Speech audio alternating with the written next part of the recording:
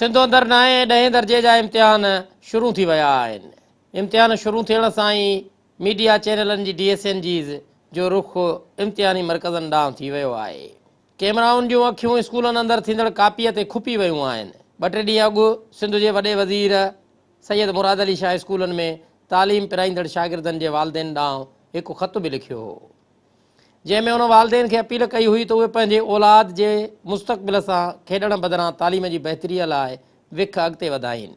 ऐं कापी खे रोकण में हुकूमत ऐं इंतिज़ामिया जो साथ ॾियनि।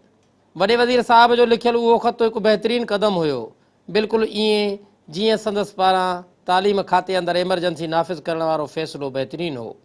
पर न त तालीमी एमरजेंसी के हाकारी नतीजा ॾेई सघी आहे ऐं न ई संदसि पारां कापी रोकराइण वारे हुकुम ते सख़्ती सां अमल दरामद थी सघियो आहे। ॿियो त ठहियो, पर वालदेन ॾांहुं लिखियलु संदसि खुलियो ख़तु बि को ॿूटो ॿारे न सघियो आहे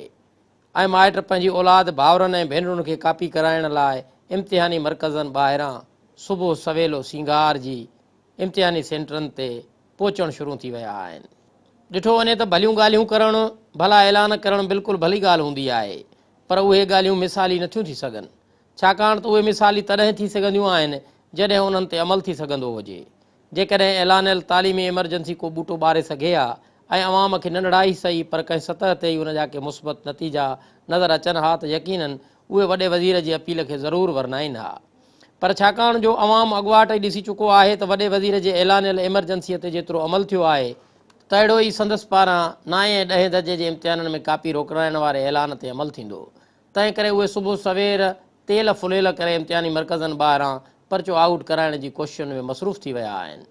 सिंध हुकूमत तोड़े सिंध जे अवाम खे हिकिड़ी ॻाल्हि सम्झणी पवंदी त संदन मुस्तक़बिल, संदन वजूद, संदन अहमियत ऐं संदन जियापो सिर्फ़ु ऐं सिर्फ़ु तालीम सां ई लाॻापियल आहे,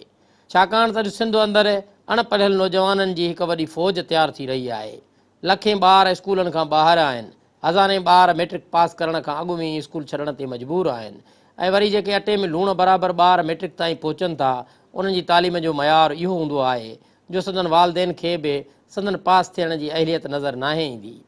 उहे बि खेनि इम्तिहान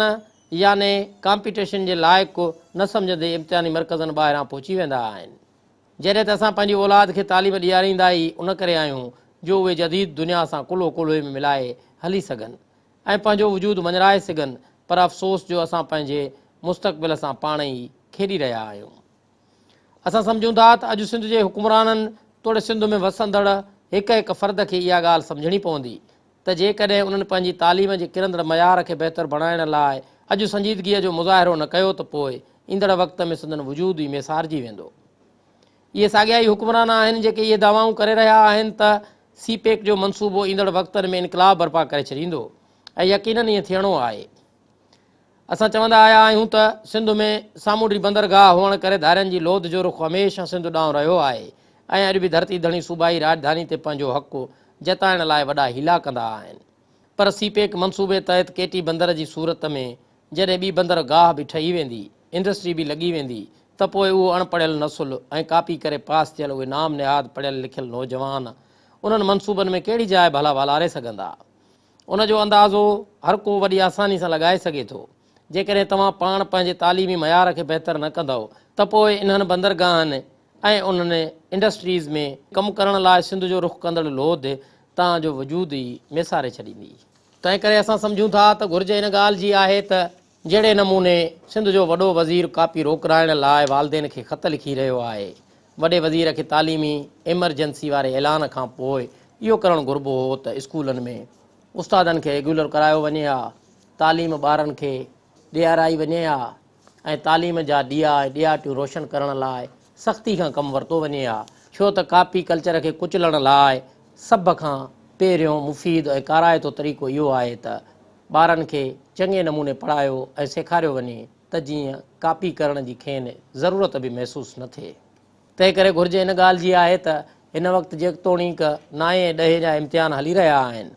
पर ईंदड़ साल जॾहिं ही इम्तिहान हलनि तॾहिं असांजा मुस्तक़बिल जा मेमार अॻुवाट ई पढ़ियल लिखियल ऐं सिखियल हुजनि ऐं ईअं करण सां ई कापी कल्चर खे कुचले सघिजे थो।